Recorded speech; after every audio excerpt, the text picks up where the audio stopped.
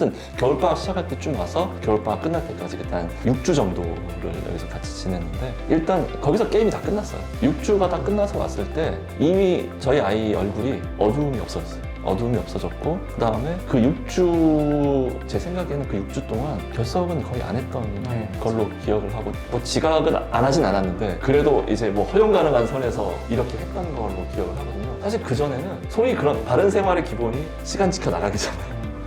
그전에는 그런 패턴을 보여본 적이 없었어요. 일단 그 6주 동안 굉장히 빠른 시간에 바른 생활 사나이가 됐어요.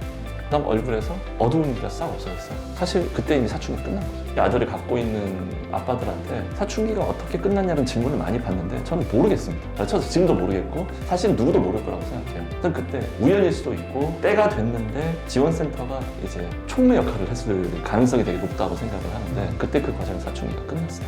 굉장히 그때 얼굴이 밝아졌고 잘 아시겠지만 3월달에 첫 시험에서 어마무시한 성적을 냈잖아요. 예전에 비하면 뭐 반에서 뭐 1, 2등했다는 건 아니지만 예전에 비하면 절대 예상할 수 없는 이 첫 시험을 점수를 받아왔단 말이에요. 깜짝 놀랐죠 진짜.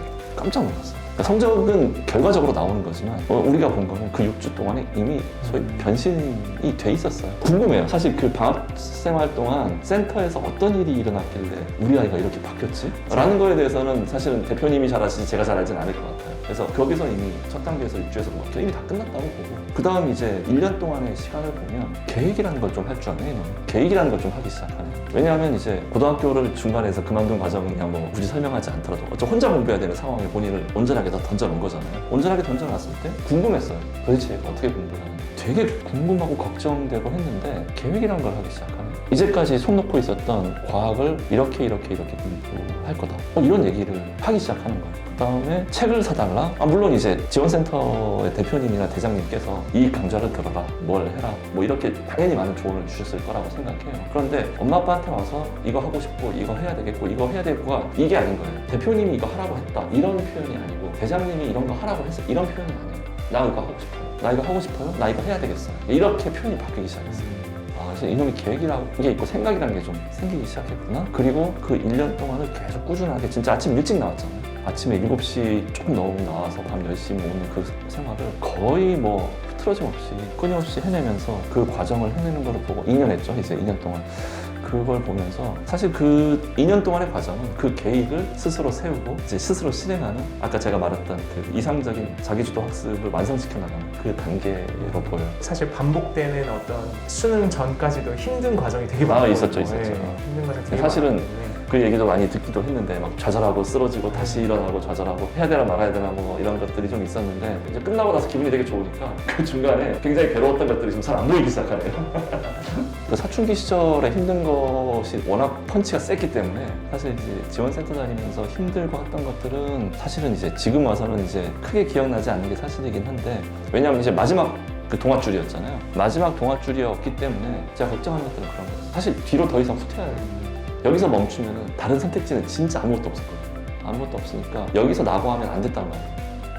우리가 서울대 합격했다고 했을 때 이게 뭐라고 이걸 말로 표현할 수 있다는 건 되게 어려운 일이에요. 저도 재수를 했고 저희 아이 이제 학교 선배가 됐으니까 우리 아이가 내 후배가 됐고 그래서 제가 대학에 들어왔을 때 그때를 한번 떠올려 봤어요. 그때 우리 아버님 어머님이 무슨 기분이었을까? 당시에 제가 기억나는 게 저희 아버님 어머님이 제가 재수하는 1년 동안 갑자기 머리가 하얗게 새셨어요. 굉장히 아들을 믿어주고 별로 걱정 안 하신 줄 알았는데 제가 재수한 1년 동안 머리가 새하얗게 새신 거예요. 그래서 대학에 붙었다고 고향에 전화를 드렸는데 그날 아버지가 친구들하고 술 먹고 뻗으셨다고 하시더라고요.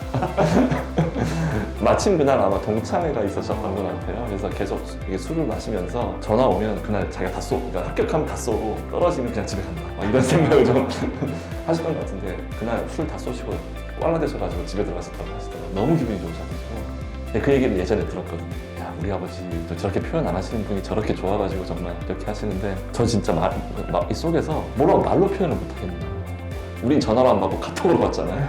근데 카톡으로 합격증 그 찍은 사진 탁 하고 날아오는데 딱 이제 얼어버리는 거예요. 근데 이제 거기서 이제 온갖 생각들이 쫙 지나가면서 원하는 데 갔다라는 것도 되게 중요하지만 여튼간에 결과의 높낮이를 떠나서 언덕을 넘고 이제 성취를 해냈다라는 그게 정말 자랑스럽고 그 다음에 이 과정에서 사실은 제일 고생한 사람은 저희 아내일 수밖에 없습니다.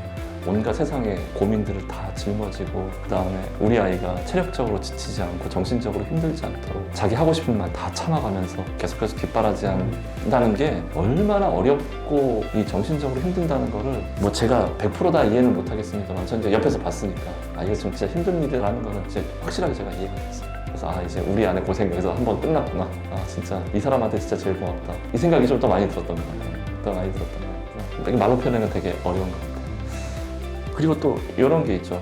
그래서 이제 우리 아내하고 저희 장모님은 저도 사실은 서울대 나온 사람이잖아요. 그러니까 서울대 나온 사람을 남편으로 만난 거랑 서울대 나온 사람을 사위로 만난 거랑 근데 이번에 손자 자기 아들이 이제 서울대를 갔잖아요. 이게 기분이 완전 너무나 기뻐하는 정도가 다르길래 아니 이거 저 사위하고 남편 차별하는 거 아니냐 이제 농담 삼아 그렇게 했는데 이해가 좀 됐어요. 그 차이가 그게 뭐냐면 사위나 남편은 이미 이제 내가 물 주고 키워서 같이 노력해서 그런 타이틀을 만든 게 아니라 그런 타이틀을 가진 사람이 내 식구가 된 건데 자기 아들하고 손자는 자기가 진짜 어릴 때부터 신경 쓰고 진짜 신경 쓰고 기도하고 밀어주고 하면서 본인들의 노력을 정말 다해서 만들어내는 거예요.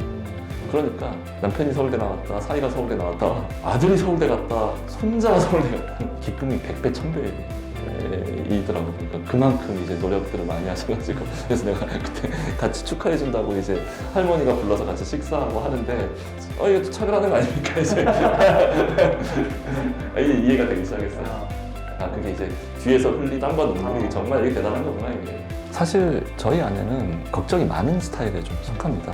걱정이 많은 스타일에 속하는데 사실 그거를 누른 거잖아요. 눌러서 드러나지 않게 애한테 드러나지 않게 하려고 굉장히 감정을 되게 누르고 본인의 스타일이 아니고 본인의 본능이 아님에도 불구하고 그걸 누르면서 이제 올라오는 걱정 이거 어떻게 됐니 하는 것들 간섭하거나 질문하지 않고 누르는 거를 이제 그 시간 동안 사실 그런 것들이 지원센터랑 같이 가는 거죠. 사실은 집에서는 이제 그 부분이 정말 중요한 부분이라고 생각을 되게 많이 좋았던 지원센터가 자기를 만드는 동안 좋았던 지원센터에 보내면서 좋았던 점 결과론적으로 이제 사춘기를 벗어나는데 어떻게든 굉장히 강한 역할을 했고 이거를 조금 제가 정리해서 좀 말씀드려 보자면 사실 이게 다른 부모님들한테도 해드리고 싶은 말씀이기도 한데 애들이 이렇게 됐으면 좋겠다고 하는 것들은 자기 주도 학습이에요. 스스로 계획하고 실행하기는. 근데 자기가 주도하려면 굉장히 이걸 좋아하거나 아니면은 목적성을 부여할 수 있어야 됩니다. 목적성을 부여한다는 건 동기부여랑 같은 얘기겠죠. 이걸 돌려서 얘기해보면 우리 아들들이 좋아하는 게임을 한번 돌이켜보자고요. 게임하는 방법 가르쳐주지 않아도 알아서 잘 하잖아요. 안 가르쳐주려고 막 컴퓨터 못 쓰게 하고 막아도 어떻게든 찾아가서 그 하는 법을 배우고 패스워드 깨는 법 배워보고 그 다음 뭐 여러 가지 다양한 방법들을 스스로 찾아와서 결국 해냅니다. 그래서 이제 자기주도 학습이라는 거는 공부가 좋거나 혹은 공부에 목적이 부여가 돼서 스스로 이제 그것들을 할 수 있게 만들어줘야 되는 부분들인데 제가 원하는 거는 성적이 잘 나오든 나오지 않든 이제 자기주도 학습을 하는 거였는데 센터는 되게 그거에 부합된 환경을 만들어 주셨던 것 같고 이거 대치동 학원에서 이런 거 한다고 한번 생각을 해보세요. 엄마들 난리 날 겁니다. 돈 아깝다고. 학교에서 이런 거를 한다고 생각해보세요. 그 시간에 수업 안 하고 뭐 하는 거예요? 자기주도 학습은 누구나 다 동의하면서 자기주도 학습을 하기 위한 환경은 아무도 만들어주지 않아요. 그래서 그걸 동기부여하고 자기주도 학습을 하기 위해서 계속 상담하고 방법을 알려주고 근데 대부분의 학교 학원은 그걸 스스로 하게 만들기보다는 끄집어 가서 물가에 데려다 놓고 물을 강제로 마시게 하죠. 이렇게 하면 애들이 공부가 아니라 내 일이 아니라 엄마가 시켜서 한 것, 아빠가 시켜서 한 것, 선생님이 시켜서 한 것이 되는 거죠. 그럼 자기한테 돌아오지 않는. 잘하는 친구들은 그렇게 해도 합니다. 왜냐면 그렇게 해도 자기가 이제 목적의식을 부여할 수 있으니까. 그런데 공부를 어떻게 해야 될지 갈피를 못 잡는 친구들은 불가능한 일이에요. 그래서 이제 센터의 정말 좋은 점은 그런 맥락을 만들어줬다라는 부분하고 그다음 또 하나 진짜 강조하고 싶은 게 있는데 사실 이게 더 컸다고 저는 생각을 좀 개인적으로 좀 합니다. 여기서 만나는 분들이 우리 아이들한테 꼰대가 아닌 사람들이었다.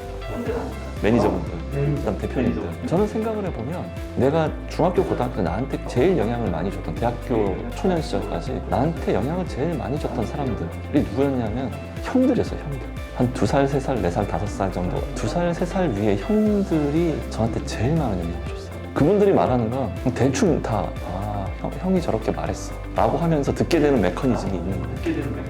근데 그게 뭐냐 하면 그 형들이 어떤 말을 해도 그 한 3살, 4살 정도 나이 차의 남자 조직들은 뭔가 기본적인 신뢰를 깔고 가는 그런 게 좀 있는 것 같아요. 그러니까 이제 뭐 그게 좋은 조직이 되건 나쁜 조직이 되건 뭐 중고등학교 때 보면 다들 형들을 제일 무서워하기도 하지만 형들의 말을 제일 듣기도 하죠. 난 그게 좀 되게 강력한 거 아니었나 싶은 생각이 좀 들어요. 근데 생각을 한번 해보자는 거죠. 우리 애들이 3살, 4살 위에 형들하고 그 형들의 조언을 받을 수 있는 기회가 어디 있을까요?